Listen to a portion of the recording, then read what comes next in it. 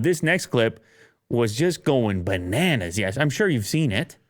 I haven't seen this clip specifically. But you know about the project here. It's apparently 5 developers, seriously indie project, first-person shooter game, which takes place in a toy store, and you are an action figure. Now, I showed this to my kids, and they went, give me this right now.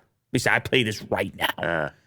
There's something about being miniaturized, and there's something about the detail of being in a toy store that's just so compelling. I don't know if you agree, if this applies to you or not.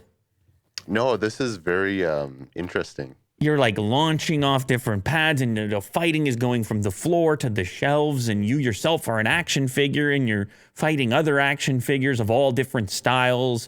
It kind of has that Fortnite effect where even though you're shooting people, it's so cartoonish or colorful and seemingly harmless that every kid in the world picks it up, and the moms all give the seal of approval.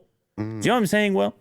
Yeah, this is nostalgia in a way too, with physical toys. Nostalgia of the toy store, which maybe fewer kids are experiencing in this day and age with the ordering of the toys online or things like this.